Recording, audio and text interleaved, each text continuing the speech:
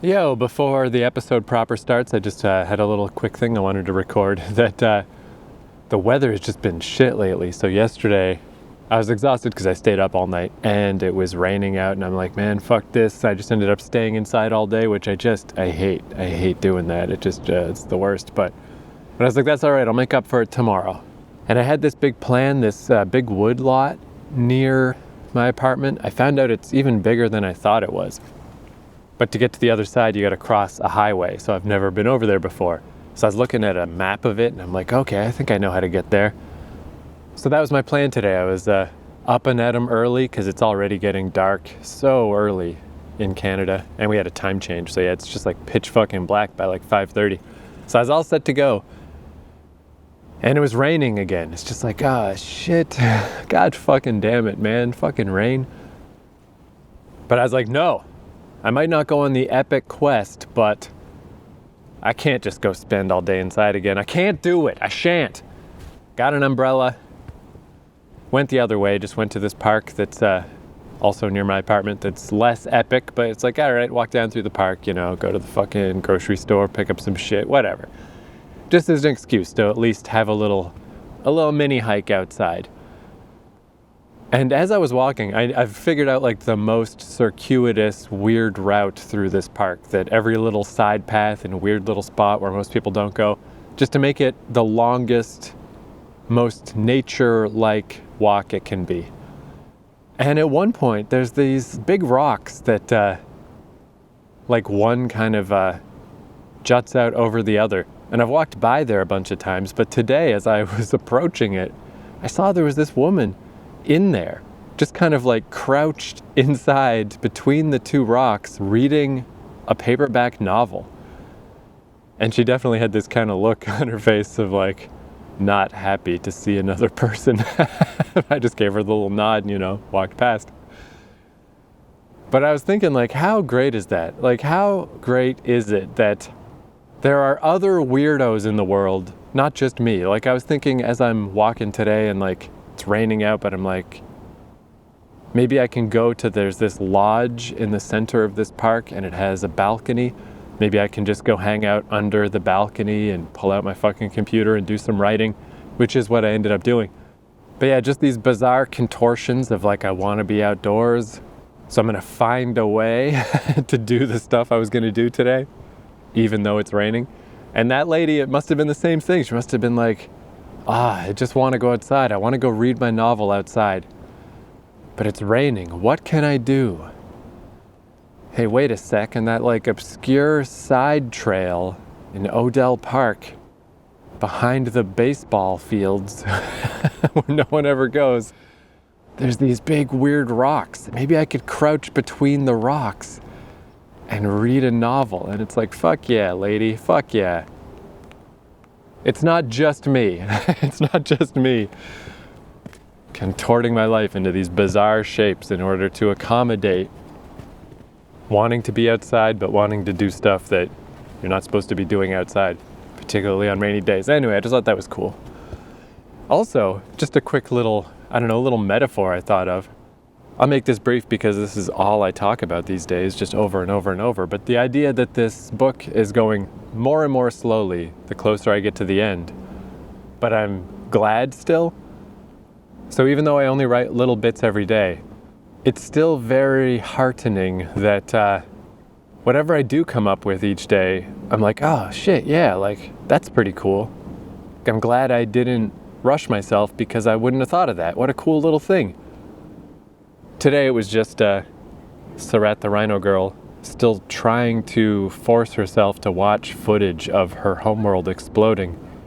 And she's just having a hard time even opening her eyes. She's opened them like a little bit, and it's just kind of blurry through her teary eyes, but the big red spot in the center of the blur it's obvious what that is. It's obviously her planet collapsing. It's like, just watch, just open your eyes. And the thing I thought of today was like, she tries to think back. Has there ever been another time when she wasn't willing to look at something? And she can't think of anything because when she'd be out in the wilds in her homeworld, she'd find like corpses, animal corpses, but sometimes therium corpses. And she'd always study them. Because what better way to learn about yourself, and your own weaknesses than to study the scene of a fight in nature? It's like, oh, geez, look at that person. They got their fucking stomach torn out and their guts are strewn all over these rocks, but hey, good to know. That's a weak spot. Look out for that. And I just thought of that, I guess, because with all my weird walking and the weird spots I'm always going, particularly like highways around here, I end up doing quite a bit of walking along the edge of the highway where no one walks. Everyone in this town has a car. So occasionally there is like roadkill, and I don't feel comfortable at all with that. It's fucking really disturbing and uncomfortable. And it's like, oh, cross the street, don't look. So I thought that just could be a cool little thing with her. It's like, yeah, she doesn't mind that. She's not bothered. It's an opportunity. It's an opportunity to learn about the disgusting battle ballet of nature. But yeah, the thing I was going to say is this slowness, how I've been thinking about it, is it's like a force field. There's like this force field that is trying to stop me from getting to the end of this book. But just through the nature of the force field, it's like water, it's like how you can just slide into water and it's no problem. You can just slip into a lake and pass through the water. Whereas if you hit the water too hard, it's like concrete, you fall from an airplane into the lake and you're probably dead.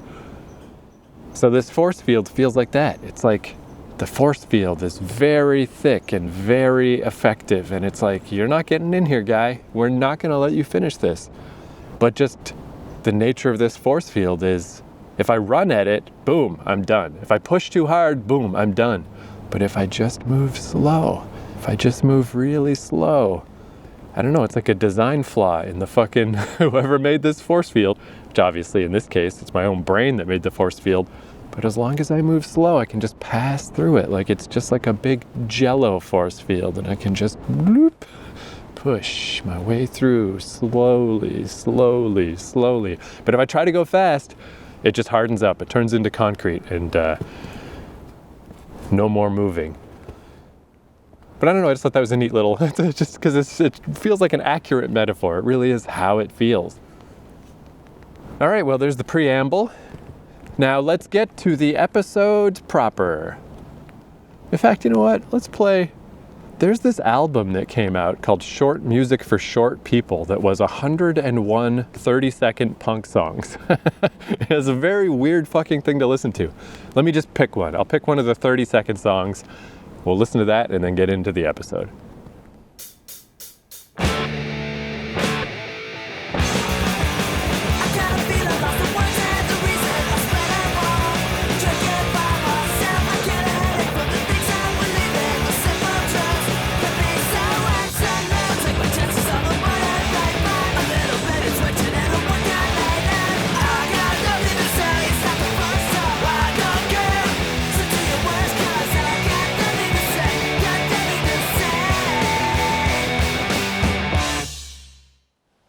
Hey there, welcome to How to Write a Novel. So this episode is just going to be about a bunch of random shit, just a bunch of weird crap that's kind of been floating around in the back of my mind.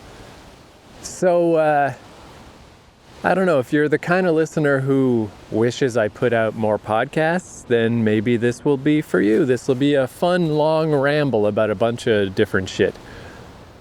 On the other hand, if you find that you tend to look at the little timer and you're like, I wish this fucking podcast would wrap up already, you might want to just skip this one because it's fucking about nothing. It's about a bunch of shit, but it's also about very much nothing. So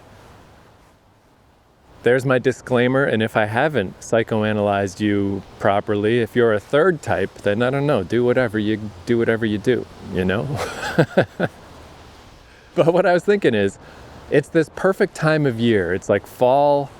Man, fall hits like a ton of bricks around here. It's just fucking leaves everywhere. Just all of the ground in the forest here is just fucking a carpet of orange leaves. But yeah, the mosquitoes are nice and dead. They were a lot lighter this year, because like last year, if you were listening to the podcast, all I could do was complain about mosquitoes, and it did seem crazy. I'm just sure mosquitoes were never this bad when I was a kid. And it turns out I was right. Last summer was just a weird summer. Like, we always have a lot of mosquitoes in Atlantic Canada, but it was truly biblical last year. It was crazy. Where this year I went to Walmart and I got, I had this cockamamie plan of getting like mosquito netting and wearing it over my head like a ghost while I sat in the woods. But it turns out they make suits. They make little like mesh tops that you can wear with hoods that go over your face.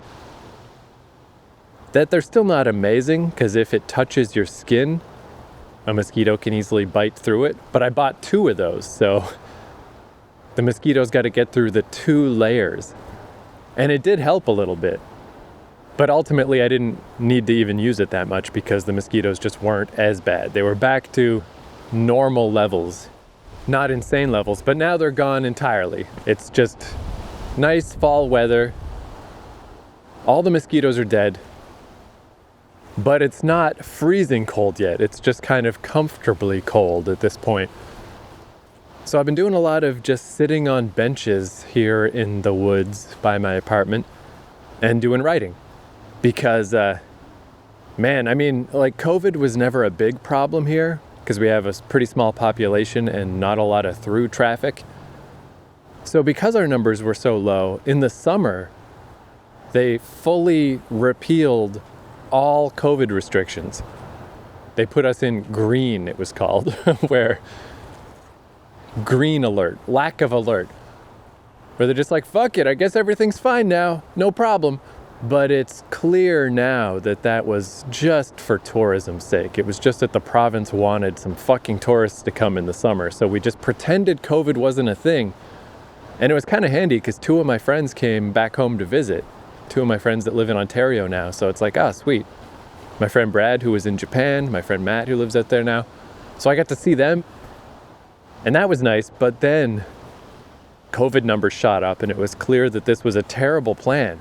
And that even here, where the numbers have always been low, you can't just pretend COVID doesn't exist.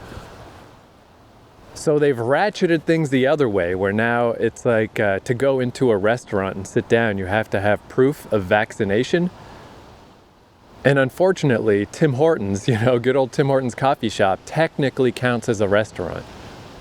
So they would have to check every single person who just is some random old guy who just came in to buy a bran muffin and a small coffee. It's just not worth the effort for them. So they just took out all the seating. They're like, fuck it, no hanging out in coffee shops, fuck it. Too bad, you can come in and get a coffee, but then get the fuck out. So that's unfortunate because that's what's been fucking me this whole time. This whole time with COVID is I've got nowhere to go in the winter. I'm supposed to just trek through the fucking winter time and go to a coffee shop and do some writing. And for a while that was back on the menu because our numbers were so low and you could just go hang out at a coffee shop. But Tim Hortons is like, nope, afraid not. So hopefully that won't become a big problem though until it gets colder, because now it's not so bad. It's acceptable, perfect temperatures right now. Mosquito killing, but not finger killing.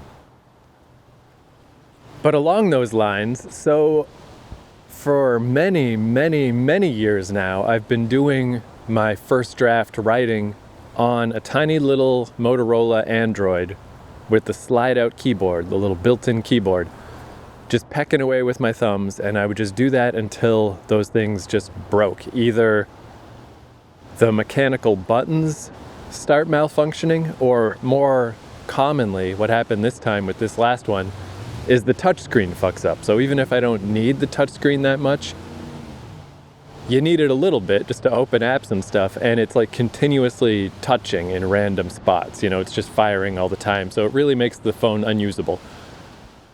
And it always was a pretty weird way to write, just pecking away with my thumbs on this little phone, but I liked it because it was so portable. It's just in my pocket all the time. I never don't have it. It's the easiest thing to just pull it out of my pocket anytime. So many times I'll just be in some random spot in life and it's just, even like on a bus or something. It has to be a pretty epic bus journey to pull out a laptop, but you can easily pull out your phone and just do stuff. There were a lot of upsides, but they stopped making those things in like 2012 or so. They are getting a little tougher to find. And you could you could pair a Bluetooth keyboard with the phone, but even that, like anything is just, it starts getting less convenient really fast. I really do like the form factor of it all just being connected in the little phone with the little slide out thing. So I was about to just order another one, and I run these things into the fucking ground. Like, I'll put up as the episode image on the podcast file. Not my most recent phone, because the stickers didn't come off of the keyboard. It didn't look as fucked up, but my one before that is so fucked up. All the keys fell off, but I knew where they were. It's just a QWERTY keyboard. This thing looked like a goddamn disaster, but it still worked. And I don't know, I was always a little proud. I just like using things until they just completely don't work. So I was about to order another one, but after all these years, I wrote my entire Last of Us book on one of these little phones. For years before that, I was just taking general notes on it, and then all the writing I've done for the duration of this podcast, for my main novel and all kinds of side projects, has all been on these phones. And it's catching up to me just because I'm just typing with my thumbs, and because it's these tiny little keys that take a certain amount of pressure to make sure that they fire. The thumb pain fucking arthritis-y, what do you call that stuff? Carpal tunnel maybe? One of my thumbs started really hurting a lot. And I was doing stretches and different strength exercises to try to combat this problem with my thumb, but it just wasn't working. And then if I would play video games or something, it would just make it even worse. And I'm just fighting this losing battle against this thumb pain.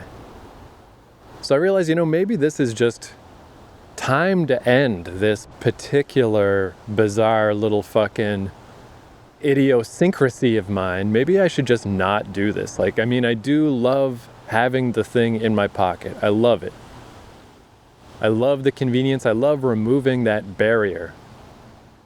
That there's so little excuse for me not to write. It's just in my pocket. Just pull it out. Just do some stuff. But this thumb pain was really building up on me. And I'm maybe it would be crazy to get another little phone and to keep pecking away with my thumbs. Maybe it's time to just let the natural progression progress. This thing fucking died. Let's just let it die. Because I also have, as I chronicled at the start of the summer, in the springtime, my laptop broke and I bought a Chromebook. And then I realized that the Chromebook is just really not good enough to make podcasts and YouTube videos and stuff. It was really only good for writing. But I kind of had this extra Chromebook that it's I don't really need this. This is kind of an extra thing. But I've got it. Why not try this? Let's give this a shot for a change. I've already got a replacement. And unfortunately, it's not as small. It's not as convenient. As small as a Chromebook is, I still got to have a bag that I got to put it in so I can lug it around. It's a lot more of a barrier to entry than just this phone in my pocket. But let's just give it a shot. Worst case scenario, if it's really fucking up my workflow, I'll just order this stupid fucking Android phone from eBay or whatever. And it's been going okay. It is less convenient. It is a little tougher.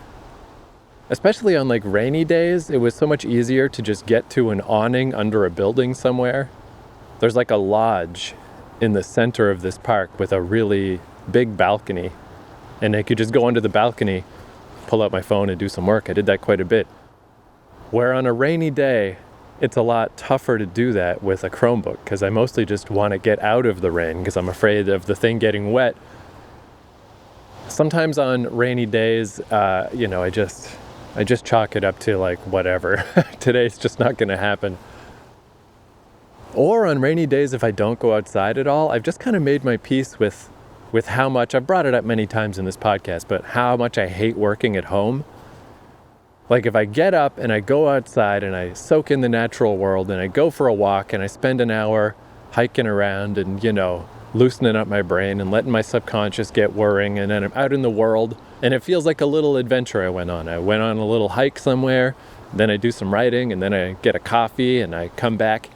Whereas if I'm at home, I just feel stagnant and I just feel like my brain it's so uncomfortable for my brain to try to focus on creative writing when I didn't go out and do some exercise or get any fresh air. And I'm just at home with my computer, with my fucking main laptop, with the internet, and just I'm always behind on different podcasts and video projects I'm working on and just other stuff that I could be doing, and it's so distracting. I've just kind of made my peace now with, like, if it's a rainy day, then fuck it. I'm just not gonna write today, you know? Like, I know my thing is to write every day, but it's just not worth fighting with the rain. It's so hard to go out into the rain and to find somewhere to write with all the coffee shops closed, and I don't even have my dumb little phone anymore. It's like, it's okay. I just gotta tell myself it's okay. And it's not a big deal around here, because around here it rains for a day and it stops. It's not like that West Coast shit that made me lose my mind, where it just rains for fucking 12 days straight. So it's just not that big a deal. And it's like, it's all right. It's all right if I miss a day because it was raining. But the good thing is, most days it doesn't rain. It's just like today, just kind of a crisp, sort of cool, almost cold fall day. And this has actually been working out really well. What I like about using the Chromebook is, yeah, it's a little tougher to like sit down and pull out the thing and turn it on. And I wish you could just turn off the password, even that. It like requires a password. And it's like, why do I give a fuck, man? Also, someone breaks into my Chromebook? Who gives a shit? You know? But anyway, you put in the password, open up all the shit. But what's nice is, first off, typing on a normal sized keyboard with all of my fingers. So my thumbs have healed quite well. It's definitely solved that problem. And I can have gloves on, you know? Like, I got to use the touchpad to open stuff up and get things ready. But then once I'm just typing, like today I've got gloves on and I can type. I could not type with gloves on with my little phone. And in the winter, that would fuck me. Like, it's just too cold. It's just too cold to do anything outside. Where I'm curious to see how it goes this winter here. How heavy of gloves can I put on and still successfully type, you know? I guess we'll see. Because again, even if I can just buy myself 15, 20 minutes, that's plenty. That's fine. And it just feels so good to just write outdoors, come outdoors, sit on a bench somewhere, do some writing. So it's working out okay. It's not bad. Again, like I said, when I got this Chromebook, I wouldn't recommend it. It's not like this is a great plan, but it's just that I happen to already have it. And since I already had it, I'm like, let's try it. Yeah, it's working out. It's working out okay. And this is an example of what you can expect from this episode. You know, this is my first little thought that I had in mind. And now I'm just going to shut down this recorder and head on home. But tomorrow I'll record another little thing or whatever other little thought until I have like 8 of these things, and I'll string them all together. And it's just going to be this. It's just going to be rambling thoughts roughly related to the process of writing. See if you can tell where I made the edits. Because like this particular bench is a little close to the road. You can probably hear a drone in the background of traffic. Maybe the next one will be deeper in the woods and that will fade away. But I'm going to string them all together into just one great big mega episode. So yeah, let's seamlessly transition to a different day right now.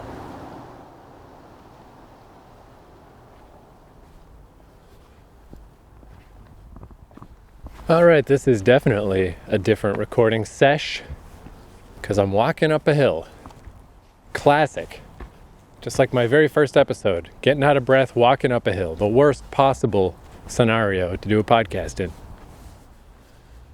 But let's get some negativity out of the way before we get to more positive stuff. Thought I'd do a quick little Instagram update. The writing community on Instagram. So I started a little Instagram near the start of the pandemic because I was having such a hard time keeping my daily grind going with no coffee shops to go to. And here we are a year later, it's no fucking different.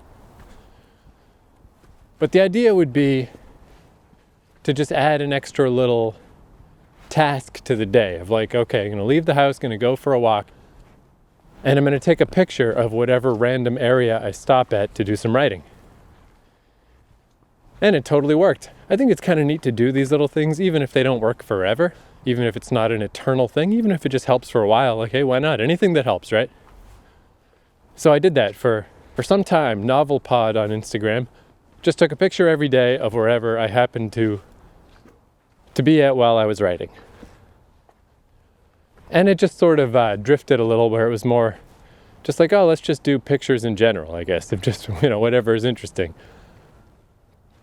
And at this point, that's more what that Instagram is that I'm glad I have it now, just for if I see something weird or something strange, it's like, oh, that's a cool little picture.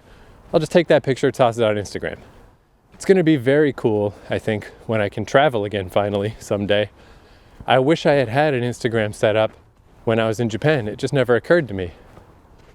But I feel like you can just take a picture of Japan, just go to a random spot in Japan and point in a random direction, and it's probably a cool picture. So that's kind of cool.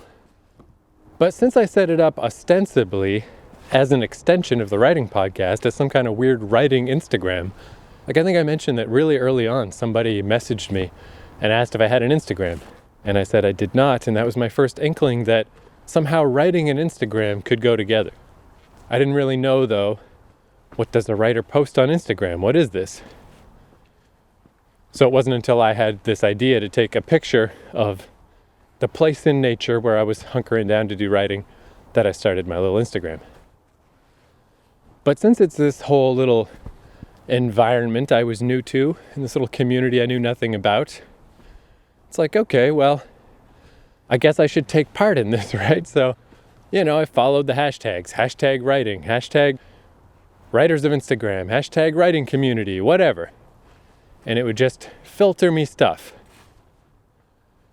And I guess just gradually things have shifted to, what I'm actually interested in. At this point, my Instagram is like tons of Japan, all kinds of Japan pictures. I can't see enough of those.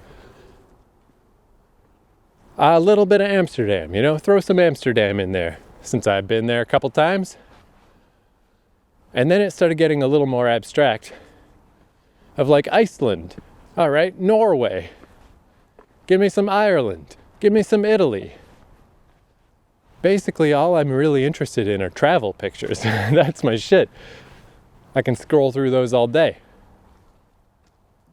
And it's kind of neat to try to guess before I check the location of a picture. Try to guess where it's from. Like, I've never been to Italy, but man, pictures of Italy are, at least the kind of pictures people post as like travel pictures, are really distinctive. It's like, holy fuck. You could not mistake that for anywhere else. That's fucking Italy. So more and more and more travel stuff. And the individual people I've met through Instagram, I think that's super cool.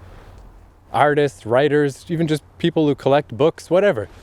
Just people who have messaged me or talked to me about anything, really. I'll just like, oh, cool, I'll follow you. And it's just neat to follow them and see what they're up to. Oh, this person is a poet doing a poetry book. Oh, this person's a cartoonist, trying to get into writing more. Oh, this person just has a shit ton of cool books, That stuff's great. The individual people, I'm all about it. I like that a lot. What I don't like, and what I finally just, like a wave crested and crashed on me the other day, is I don't like the writing community at large on Instagram. In fact, I fucking hate it. I finally just snapped the other day and unfollowed all of those hashtags, all of the writing prompts and writing advice and writing tips, writing anything, because it's just so fucking lame. Like, I don't really have a better dissection or a more erudite way of describing it. It's just fucking lame shit. Just corny, soft, silly, lame-ass fucking bullshit. I fucking hate it. I hate it. It made my day worse every time I would scroll past one of these things. Just like some like dopey platitude of like, I always remember the first time I saw this was a fridge magnet. On Ian's fridge. Ian's the girl who read that story, Black Coffee, that's in episode 0 of this podcast. Her dippy roommate had this fridge magnet that was like, always aim for the, what was it? It's like, always aim for the moon, or always aim for the sun. I don't know, aim for some celestial body, because even if you miss, you will land amongst the stars. And I just remember, like, you know, we were sarcastic pricks. So she like pointed it out to me and she's like, get a load of this shit. I was like, yeah, that's pretty lame.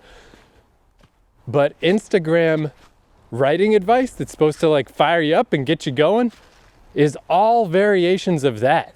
It's always something corny, something soft, something lame, something ultimately meaningless. Maybe that's, obviously it is inspiring to other people.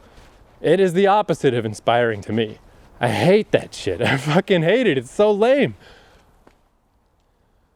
And I think what finally really did me in was like the millionth time that I saw one of these posts that's like, how would your OC react in this situation? And it's always just something dumb, some stupid, crappy writing prompt that's awful. And just, I don't know, that whole, it's like definitely some kind of a weird lifestyle obsession of like people who want to be writers, but not like good writers. This makes me sound like such an asshole, but you know, they just want to be pulp writers. They just want to be digital writers, pumping out digital shit, all genre, tropey, fucking garbage. And it's just, I don't know. This isn't even, I don't actually know that about these people. I don't know. This is just, I guess, a feeling. Let's just bring it back on me. Let's just forget about them. Let's just forget about whatever I presume about them. This is what my perception is of the writing community, at least on Instagram, is like, it's just that very notion. What would your original character do in this situation? God, there's just no way to explain this without me sounding awful, but I'm just gonna be awful. I'm a dickhead. I'm a douchebag. I'm a fucking loser jerk off. Let's get that on the table right now. But to me, like a character that I'm writing is like precious. It's sacred. It's important. It's something. Let's get super duper dopey. Let's get super duper pretentious of like, there's this Mike Shinoda lyric, pretentious yet lowbrow, because I'm quoting Mike Shinoda. There's this Mike Shinoda fucking lyric. I was standing in the flame as the fire rose. And I don't care how fucking cringy and awful it is for me to admit this, but that's how I feel about writing. I feel like I'm standing in a flame, and this flame has been around me my whole life, and it's just growing and growing and growing. And I'm just learning how to live inside the flame. Bring this flame to the world. What would your OC do what if he met his crush at the laundromat? What would he do? And then there's like 286 comments of these fucking losers and their fucking lame shit. I don't want them in my life. I don't want to be associated with them. I don't want that to be part of anything that I'm a part of. Get the fuck out of here, you goddamn losers. You fucking lame fucks. I hate it. I just viscerally hated scrolling past this shit. But I just kind of felt like, well, I mean, aren't I a writing Instagram? I guess I'm supposed to. But yeah, now that my Instagram is really just random pictures that I thought were interesting, it's no longer really connected to writing in any way. It's been overrun with travel photos. And I got rid of all the writing stuff. Again, the individual people that I've met, very interesting people. I like following these individual people and seeing what they're up to. It's really cool. The larger community was worth less than nothing to me. I got nothing out of that. So I don't know, maybe this helps explain why I just am a bad collaborator, you know? I don't have beta readers, I'm not part of any writing groups. For better or for worse, this communal pablum, it just feels so bad to me. It feels so awful. So that's really it for this, for this little segment. I don't know, just Instagram update. I just thought I'd bring that up. Just, it's weird because like the examples, they never feel like enough. I can remember I was complaining about Evangelion dialogue once, and even though I read a bunch of the dialogue, somehow it just doesn't really come across. Because I guess individual specific examples of stuff, it's like, yeah, okay, so that was a little bit lame, but whatever. It's just it's the non-stopness of it, the totality of it. You know, when I'm following these hashtags about different parts of the world and photographers, I'll see photographers that are like, that guy's awesome. Follow this guy, follow that girl, follow these people. That never happened fucking once with writing. Like, what is it? Who are these people? What are they trying to accomplish? What is the goal they're trying to get to? It makes me think of, like, even if, say, it worked. Say you had your big fucking hit somehow and you become the next super duper writer. It reminds me of this quote Patrice O'Neill had where he's like, you know, sometimes these comedians, they get famous and they become household names doing this lame shit. And then they try to act like they're up here with me, like they're on my level. But they will never be on my level because they're not me. They could get a deal where God gives them half the world and they would not be me. I definitely feel that way. I feel that same way.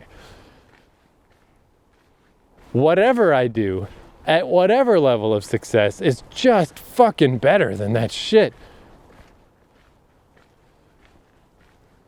But I guess this is like, this is the problem of like, when you just feel something, you really can't explain it. You can't really describe it. Yeah, I can yell a bit. Haha, very entertaining, but it doesn't really get across anything. Like either you feel it or you don't. And man, just looking at this shit, scrolling by on my dumb feed. I don't know, just check it out for yourself. Just check out the hashtags. Whatever the heavy hitters are. Writing a novel, writing community, writing tips, take your pick.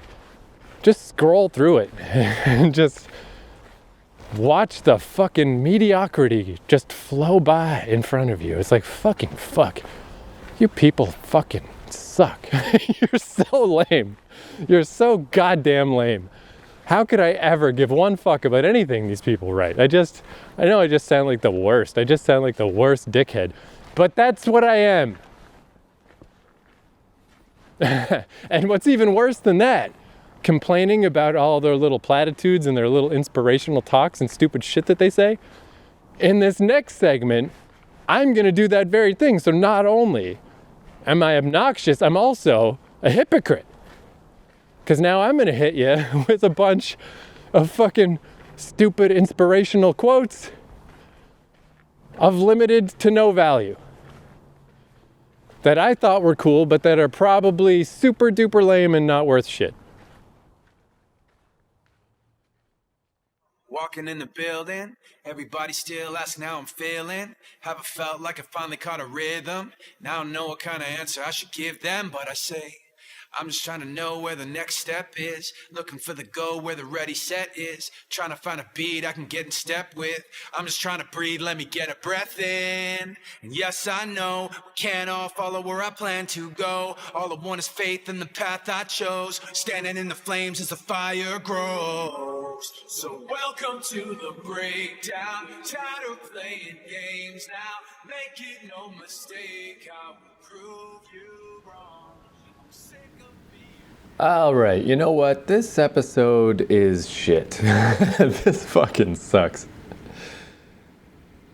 So, change of venue number 3. It's a rainy day out. Perfect example of a very tough day to go out and do writing. It's like, man, it's that kind of rain too. It's not raining that hard, but it's pretty consistent, and it's like 45-degree angle rain. Even if I pull out an umbrella or whatever, it's not going to be a nice walk. I'm going to get all wet. And yeah, since all the coffee shops have all of the seating taken out, there's always that dream. Maybe I'll just do some writing here at home. But like I've said over and over, it's just not going to happen. When I'm at home, I'm in the middle of doing another chapter of my Last of Us book, setting up the YouTube video for that. Just got a bunch of household shit I could do. It's just all kinds of stuff. And my results will just be bad because without going outside and getting some fresh air and doing a little walk, my brain is just not limbered up. Maybe it'll stop raining, but all I see is gray skies everywhere. So yeah, I'm like standing in front of an open window now. It's somewhat similar to being outside. Feels a little outsidey. But anyway, yeah, I was going to just keep on rambling with this episode. I was going to get into, I got some anime and manga thoughts, things I found and stuff. I was like, oh, maybe I'll just throw these in my big slush pile episode. But they deserve their own episode. I'll do a separate episode about that. So let's just wrap this up. A couple little thoughts I had. One was, it's just a weird phenomenon. There's not really anything you can do about this, but it's just a sort of interesting thing, is how the thing you work really hard on is not necessarily the thing that's going to be popular or successful. It's just surprising how many examples you can find of stuff that people, not threw together. You still gotta care. You gotta, put a certain amount of work into anything for it to work out. But the thing you put a mountain of work into is not necessarily the thing. So like my Roger Swan documentary that I spent years and years on, it's coming up on 2,000 views, and I'm like, yeah, cool, I was really glad that it got 1,000 views, and it's still creeping on up, and I'm like, yeah, that's cool. But on the other hand, I just did this video. It's called The Story of Iron Mouse. I did it for my XO podcast about this VTuber named Iron Mouse, who's just got a really fascinating story. And I mainly did it for the podcast, but I'm like, yeah, I might as well throw this on YouTube because all of the clips of Iron Mouse are from her Twitch streams. 90% of the video is like already done. I just put her video back in, and it's good to go. And I didn't work very hard on that episode in general. It's just a topic I was interested in. I would kind of write the episode in my brain as I'm walking around. Like, okay, here's the beats I want to hit, here's the stuff I want to say. Then I just recorded it one night while I was walking home. Put all the clips in. It was a very easy editing job. It was one of the easiest episodes of that XO podcast I have ever done. And the YouTube side was also really easy. And I made a couple like editing mistakes, not on the audio. I'm an audio dude. I care about audio. But for the video part, I kind of fucked up a couple parts. And I'm like, whatever, who cares? I'm just throwing this shit on YouTube anyway. Who gives a fuck? But the whole thing was pretty quick and painless. And man, it blew up crazy. Talk about 2,000 views. This thing was getting 2,000 views an hour for days. As I'm recording this, it's just past 100,000 views, and if you hear this in the future, it's just gonna have more, It's just that perfect storm of like Iron Mouse is, when those Twitch leaks happened, I think she's like number 136 or something, she's pretty high up. She's pretty popular on Twitch. Things have blown up for her. And she has this amazing, fascinating story. I'm not gonna give it away here, but if you're interested, just search The Story of Iron Mouse or go to keithcourage.com, my XO podcast. But it's just this perfect confluence that I certainly didn't plan for. It's just a topic I was interested in. But a lot of other people are also interested, or they know Iron Mouse, but they don't know the whole story behind her. Or if they do know the story, it's just like cathartic kind of to have it all together in one place to kind of go on the little journey. And yeah, just unbelievable just how many views this video is getting. And I just thought that was interesting because I think it literally might be the episode of XO I put the least work into of the entire thing. I've done like 55 episodes of that show. And the one that I just threw together. The other big one is, I've mentioned it before, but my Patrice O'Neal episode. I think it's getting up around 200,000 views. It's also doing really well, but that took 8 years. It took 8 years for people to just gradually find it. This Iron Mouse thing is just immediate. Bang, boom. Once the YouTube algorithm I guess it's like, the algorithm's kind of cool when it works, because it's like you can see what happened. It's like, okay, some guy posted a video about Iron Mouse. So we'll start recommending that to people who have watched Iron Mouse clips on YouTube. And then the people who watch it give it a thumbs up, give it a comment, watch. Like VTuber clips on YouTube tend to be very short. They're usually a couple of minutes. This thing is like over an hour and people watch the whole goddamn thing. So it just keeps recommending it to more and more people and more people. And it just keeps getting bigger and bigger and bigger and bigger. And it's like, what the fuck? You know, my little YouTube analytics for that channel. It's like, okay, what's the activity in the past 48 hours?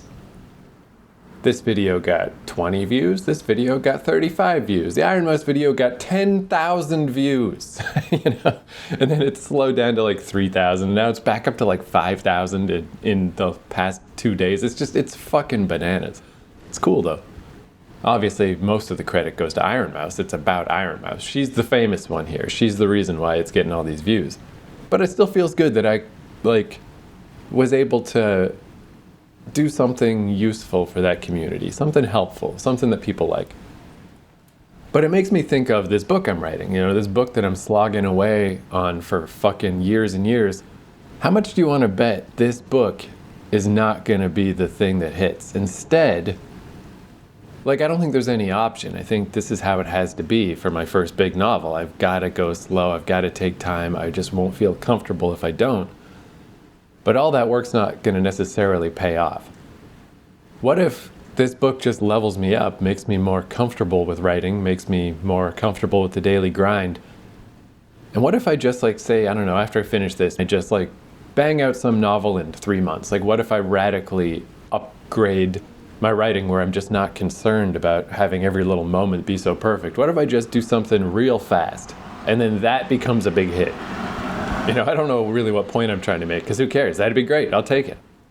But it's like one of these things I bet I could foresee happening, you know? It's just not the thing that you really put the work into and that you really cared about is not necessarily what other people are going to care about. You just can't predict that at all. Another kind of weird example, I was talking to my friend Brad the other day, and he reminded me how that game Magic the Gathering, I brought up in one of the early episodes about the color wheel and how I'm red color, which is only more and more true, but that's a different story. So Magic the Gathering, super famous card game. It was like the first trading card game, like how Pokemon is. That style of game, it was the first one. And it's been around for like 30 years and it's still going strong. It actually made more money than ever last year, despite the pandemic. It's fucking bananas. But Brad reminded me that was not his big game. The guy Richard Garfield who made that game, he didn't slave away for years developing Magic the Gathering. He slaved away for years developing this game called Robo Rally, this board game. And eventually, Robo Rally did come out and it did okay. People don't mind it, but it's not. It's like 1% of 1% of 1% of 1% as important as Magic the Gathering. What happened with Magic is he brought Robo Rally to this company, Wizards of the Coast, and he's like, hey, I got this board game. Can you guys help me put this out? And the dude was like, we are a small company. We really can't afford to make a board game right now, but we got to deal with this card producing company in Italy. We can make trading cards for cheap. So you got any ideas for a trading card game? Could you do something with trading cards? Is that a thing? So, he did put time into developing Magic, but I mean, we're talking a fraction of the time he put into Robo Rally. He just developed this with his friends and they fucked around with it for a while, and it was actually kind of a mess. They had to rewrite the rules of Magic after the game came out. They were like, this actually kind of is fucked up because it's just some weird thing that we threw together. And that's the thing, that just because of happenstance, because they had to deal with card stuff, he had no intention of making a card game. It's just that's the circumstances. So the thing he put together more quickly in this kind of ramshackle, just the wheels of capitalism. We've got this, we can't afford to put out your fancy thing. We can put out this other dumb thing though. Want to give it a shot? And then that is his immortality. That's the thing he will be remembered for forever. It's just that's so fucking weird that's how the world works. What the fuck? So anyway, okay, to wrap up for real. So yeah, there's these little appendages, little times in this podcast where I'll cut something out or edit something. It happened really early on, one of the really early episodes. I went on this rant because I wrote this book about the xenophobic alien, about my feeling when I went to Amsterdam, my first time traveling overseas, being in a different culture, the only other culture I'd been in was America, which I also kind of didn't fit in with, but it wasn't severe enough. I didn't realize that that was part of the problem because America and Canada are so similar. It's only now that I look back, I'm like, oh, okay, actually there are some cultural differences between us. But it was very clear in Amsterdam, in the Netherlands. I was like, wow, I don't fit in. This feels weird. But I think I've come to a better place with that, where I realize like why I didn't fit in, what it was about me that didn't fit in, where when I first started this podcast, I was still, I was butthurt about it, I was bothered by the fact that I found traveling overseas so difficult and that I bailed out on my Amsterdam trip because I was so anxious all the time. So I had this big rant that was more like, here's what's wrong with the Netherlands, And then listening back to it, I'm like, God, I sound like such an asshole. And I just knew deep down, like, this is not really what I think. This is not where I'm trying to get to with this. That's why I went back to the Netherlands and I went back to Amsterdam, and I feel like I got a much better, more balanced view of things now. But I cut that rant out of the podcast. And then a little while later, when I was in Toronto, I remember I had a big rant about Star Wars that I cut out. Because I did writing that day. It was a weird thing. I just went to a Star Wars movie and sat in the theater and did writing rather than really paying attention to Star Wars. And I had this big rant about how I don't like Star Wars. But I cut that too because it's just annoying and, I don't know, just not relevant anymore. Like, I used to work at a comic shop and, I was just really disturbed by how much people love Star Wars, because I don't think even the good Star Wars is that good. It's okay. It's all right. But, people talk about Star Wars, or they did for a period. My generation talks about Star Wars like Scientology. Like, this is going to be the new religion. Like, it's truly disturbing the connection people have to Star Wars when it sucks and it's fucking shit. But I just don't, that's not even a relevant discussion anymore, because I think everybody sees at this point that Star Wars is shit. Whatever was good about it has been just smothered and drowned, and it's just garbage now. So there's, I don't know, apparently The Mandalorian's okay. I'll take your word for it. But there's just like stuff like that throughout this podcast that I thought one day maybe I would do the most annoying episode ever, where I took all those outtakes and just put them all out together of like Keith's worst rants, Keith's most annoying opinions, like just me on my worst days, put them all together and just be like, fuck, this sucks. Holy shit. Good luck listening to this. But then my computer crashed and I lost my little outtake bits, which is, it's better for everyone. Because yeah, even just describing them now, I'm like, yeah, it was all this bunch of nonsense. Cut for good reason.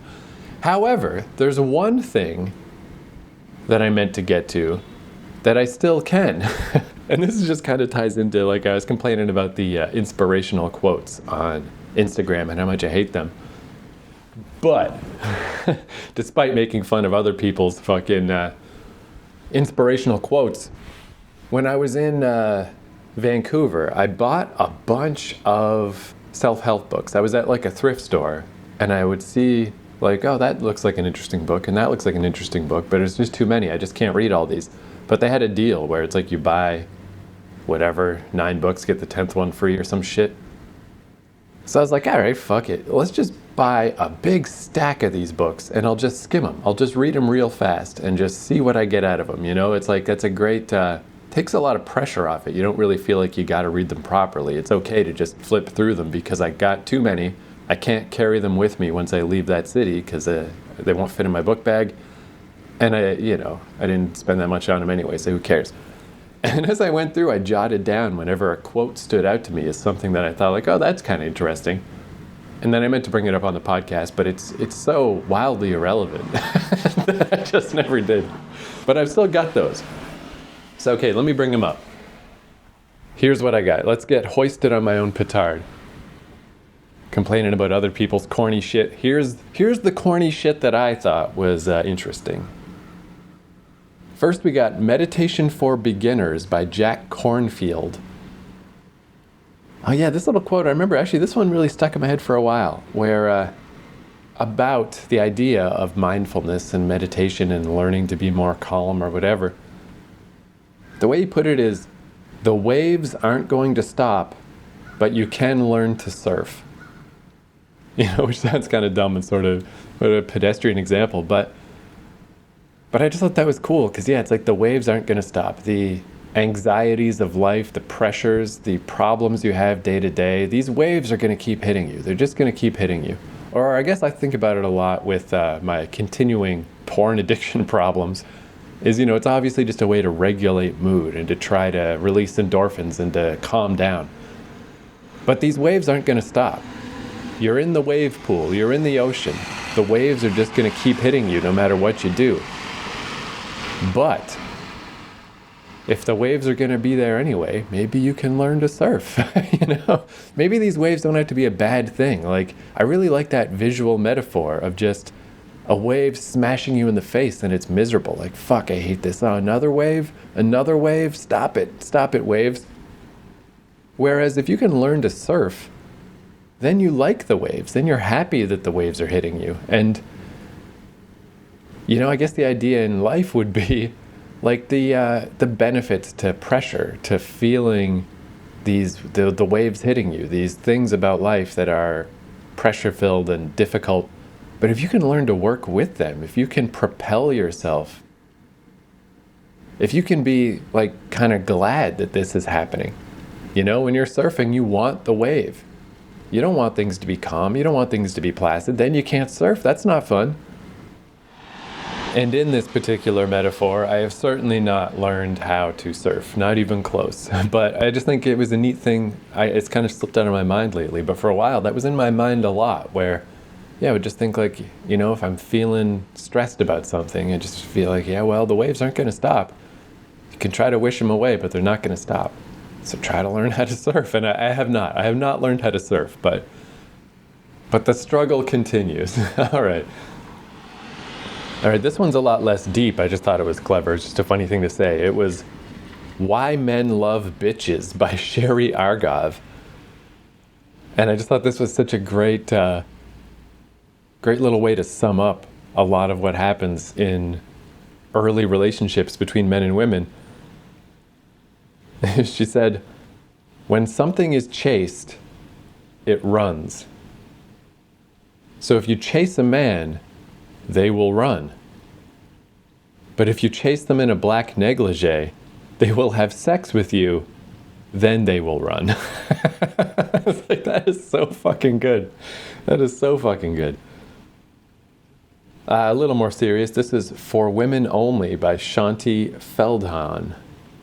And this was like a book written by a woman for women that was, again, trying to kind of explain, because I am always interested in that topic where, I guess obviously just as a guy, I understand other guys. I understand our thought processes. I understand what we're doing. I understand the bizarre hormones in our bodies that are making us do the fucking weird shit that we do. But I'm always surprised how little some women seem to understand it. It's really remarkable to me that it's like there's this real blind spot where it's like, really? You can't even imagine what it's like to be, I don't know, men, I guess generally speaking, it's just, we're filled with testosterone, we're disposable, we're supposed to defend the perimeter and get sent to war and die in a body bag, and it's like, that's what we are for, It's like, I don't know, I guess it is kind of a weird scenario if you're not a part of it to try to predict what a dude's gonna do. But one thing she pointed out that I actually thought was interesting, I'm like, I never really thought about that, because sports. So, I'm not really into sports. I'm into fake sports. I like wrestling because I like the storyline aspect of it. Sports in general, though, like the, group communal thing, I think is mostly what does me in. But she pointed out, sports are the only place where a man is enthusiastically told, good job. And I feel like that really kind of cleared up things for me a bit too, because that I could identify with. Like, in general, in the man sphere, I don't know, maybe things are changing some now with newer generations. It seems like it might be, but my generation and before, it's like no one ever tells you did a good job. No one ever pats you on the back for the thing that you did. It's like uncomfortable. It's uncomfortable to compliment each other. So it's just not expected. You just do your work, you do your thing, and you don't, not only do you not expect someone to give you the big pat on the back, it might even be uncomfortable if they do. However, in sports, it's just different. In sports, you can get that pat on the back, pat on the butt, pat on the whatever, and like, fuck yeah, you did it, good job, man. And you can just openly and enthusiastically praise your fellow dude with no social consequences. It doesn't, because I guess in normal cases it's like, we got to go to the bar and have some drinks, and then it's like, I love you, man. But that's the only way. It's the only time you can do that. Normally, just if someone is important to you, or if they did something that you thought was impressive, it's generally unspoken. But not in sports. In sports, you're allowed. And it's like, man, that really does clear up a lot of, I don't think that's entirely why people like sports, but that doesn't hurt. All right, next up we got Zen Mind, Beginner's Mind by Shunryu Suzuki, who just said, we should be grateful to have a limited body. If you had a limitless life, it would be a real problem for you. And I like that one because I was obsessed when I was a teenager with, like, I can't believe I'm going to die someday. It's so fucked up to be a sentient being and to understand more or less our place in the universe and to know we're going to die and there's nothing you can do about it. Like, I used to think that was so awful. But as I've gotten older, it's like, yeah, like, imagine if. I mean, there's the taking it all the way thought experiment of if you were just immortal, what's going to happen? All your friends are going to die, and eventually the sun's going to supernova, and you're going to be floating through space, not dead yet, and it would just be the worst thing ever. But even on a much smaller degree, it's shocking how quickly life becomes sort of predictable and rote. And I think of even just being like a vampire. Even just living an extra 100 years, imagine how boring that extra 100 years probably is. Like, you've seen it all. You've talked to the people. You've heard the ideas. You've done the stuff. You're just like, all right, I guess I'll just keep going. If you get to 500 years or 1,000 years, how would you ever give a fuck? How would you ever give a shit that you're even alive? And it just gets worse and worse from there. And then stuff like my dad dying, it took so much of the I don't know what the word is, just the existential awful terror of it kind of out of it. It's like, well, I was there to see all that go down, and it's not going to be so different when it happens to me. Maybe it's not that big a deal. I don't know. That's got to be the most shocking turnaround in my life, is that if you told me as a teenager that, hey, fast forward 20 years, you're not going to be that bothered by the idea that your life is finite. It'd be like, how is that possible? Because this seems like the worst thing ever to me right now. But it's one of those quotes, if I had read, you should be grateful to have a limited body, when I was a teenager, I'd be like, fuck you, Shunryu Suzuki, you can suck my dick, fuck. Stop trying to pretend you're so deep. Stop trying to pretend don't pretend that you have a lid on the most terrifying thing that's ever going to happen to you. But yeah, it's just interesting that now it just doesn't, it's not perfect. I don't have it all figured out, but it's just amazing how much less it bothers me. I got a couple quotes about, although this kind of flies in the face of that, longevity. I did read some books about how people live to be really old, and one of them is The Blue Zones by Dan Buettner, which is these areas in the world where an unusual number of people live to be over 100 years old, and they tried to see if there was any connection between them or if it was just random happenstance, and there's not very clear connections. Weirdly, one of the more common things is eating nuts, unsalted nuts. And they don't think it's that nuts are good for you, it's just that people that habitually eat nuts instead of snacking on other stuff, they're just stopping themselves from eating worse things. They're not eating cookies, they're not eating sugar, they're just eating nuts when they're snacking. I'm like, that's weird. Of all the things to take away from this, I didn't expect that one. But one of the things is that many centenarians have rich social lives. Like, people come visit them all the time. They're still a vibrant part of the community. They're still connected to people. So life really is a popularity contest after all, Because it's a big stereotype of like school. Maybe you had a good time in school. Maybe you had a bad time in school, but whatever. School isn't normal life, Like, maybe you were king or queen of your school, and that's cool. Maybe you were a big loser, and that sucks, but it doesn't matter, because once you get out of high school, like, that's not life. Life's not going to be like that anymore.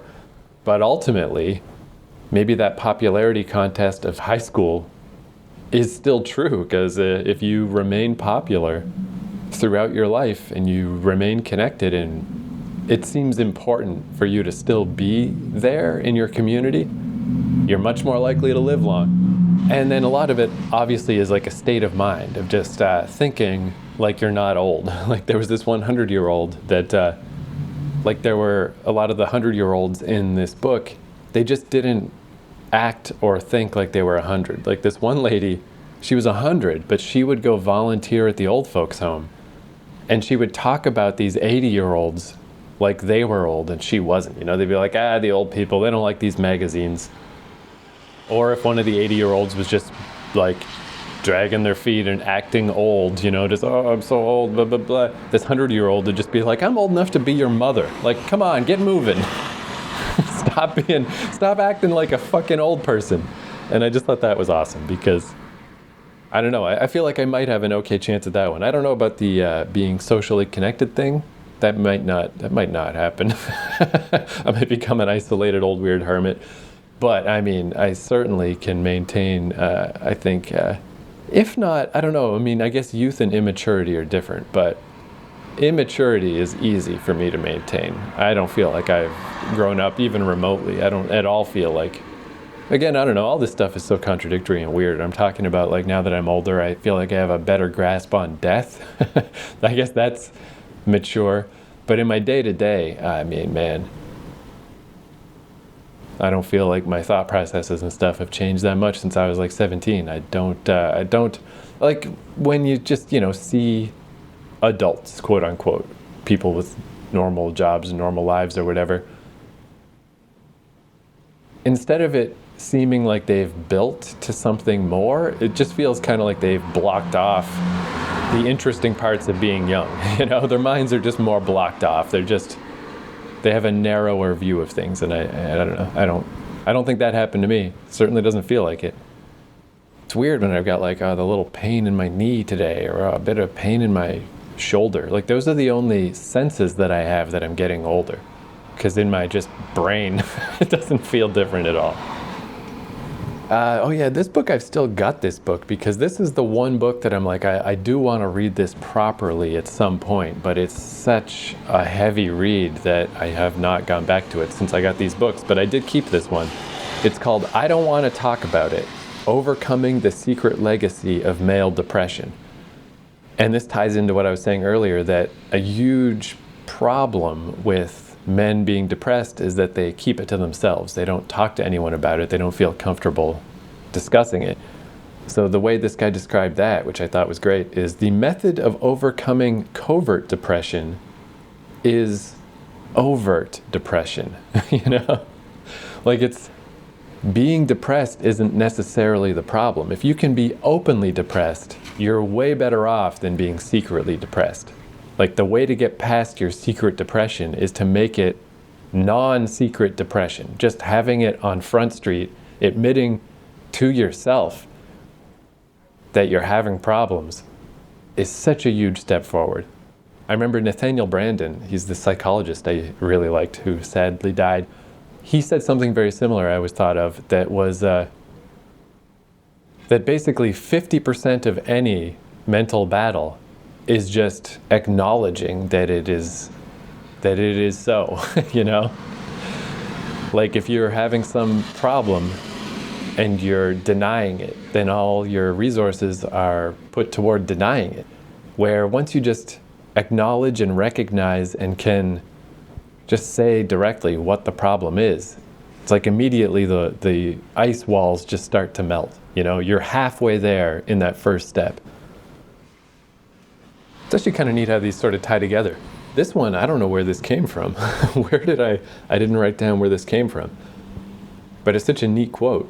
It's each person has three faces. The one they show the public, the one they show friends and family, and the one they show to no one.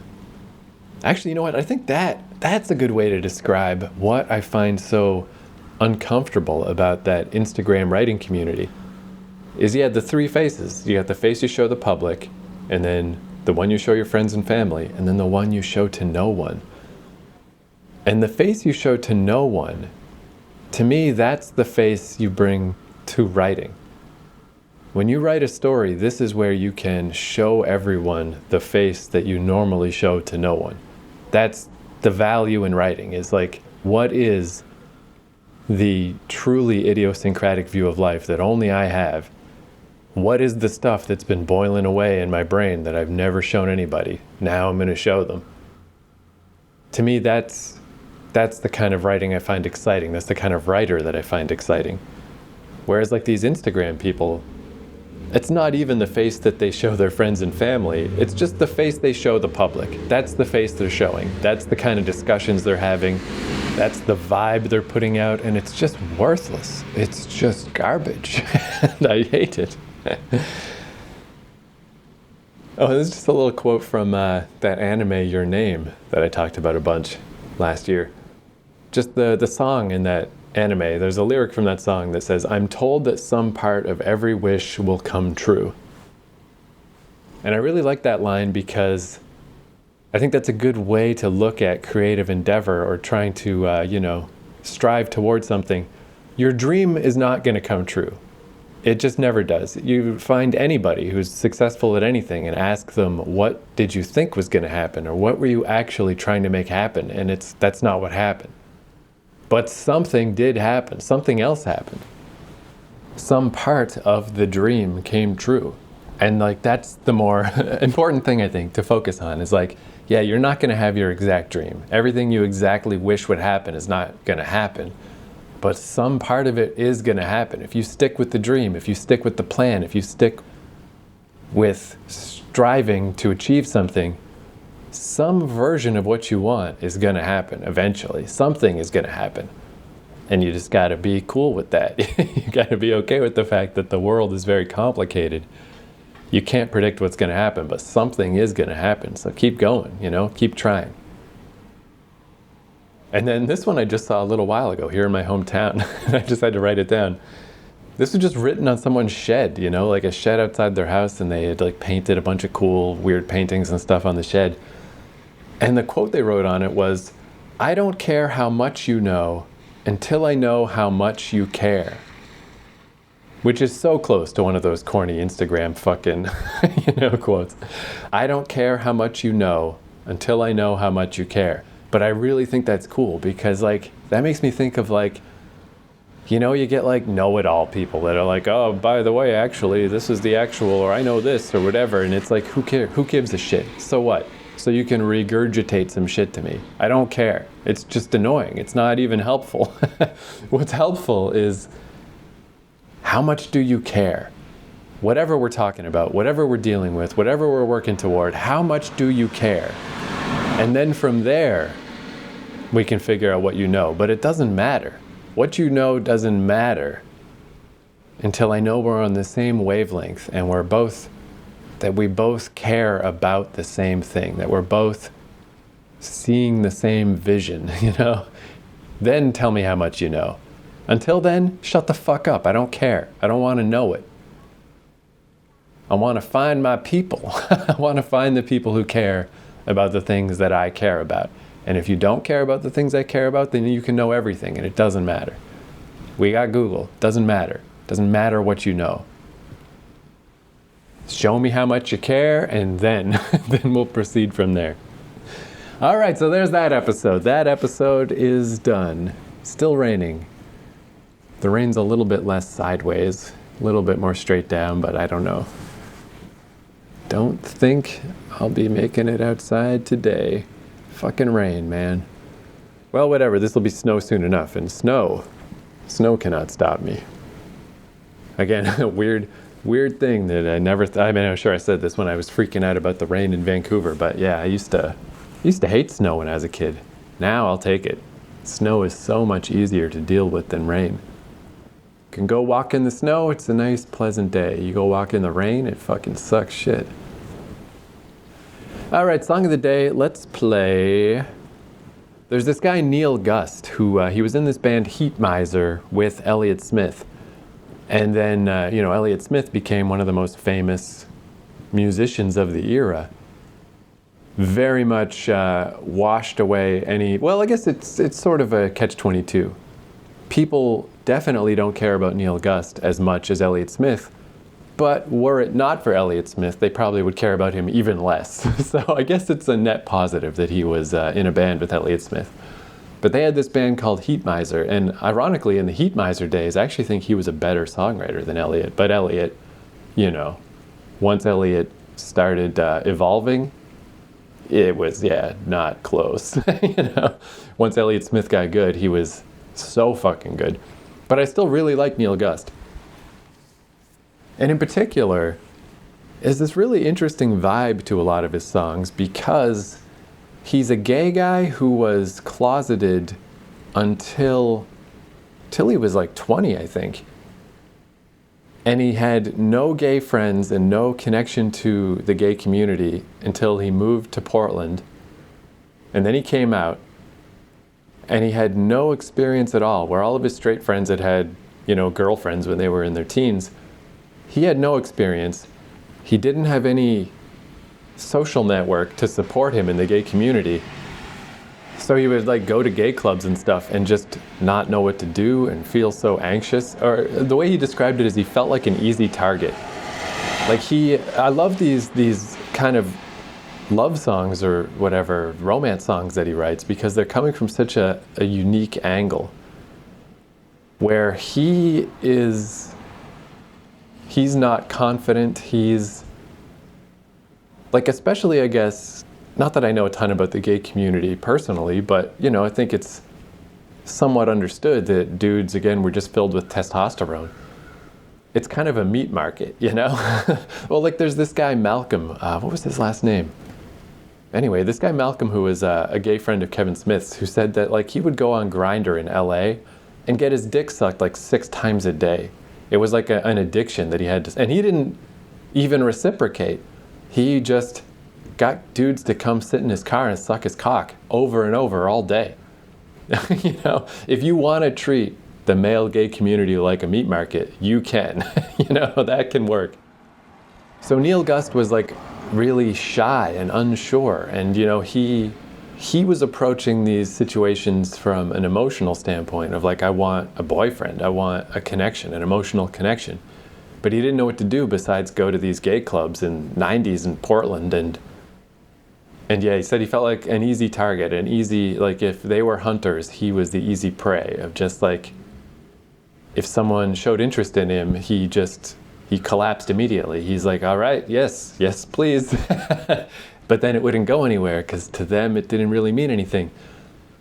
So this song's called Why Did I Decide to Stay? And like, there's a lyric in it, for instance, like, give me the rundown of the top 100. Where did I rank? You know, like that's where he's coming from of like, am I even in your top 100 people that you fucked? Did this mean anything to you? Where it meant everything to me. And he's got a bunch of songs like this and they're great. So anyway, this is Why Did I Decide to Stay by Heat Miser. Thanks for slogging your way through this. Maybe next time I'll talk about anime and manga unless something else comes to mind first, but that's on the docket. I'll eventually get to that. Adios.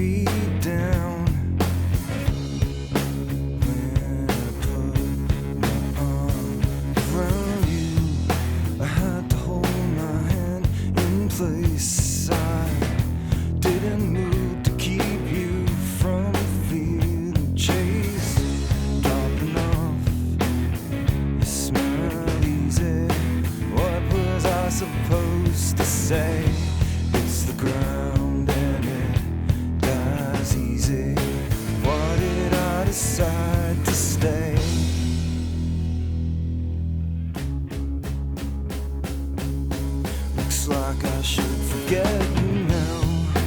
Underneath the covers I'm not naked. Maybe you were never next to me. Does all recorded history start tomorrow morning? Did you forget, or were your kisses my final warning? Popping off, you smile easy. What was I supposed to say? It's the ground.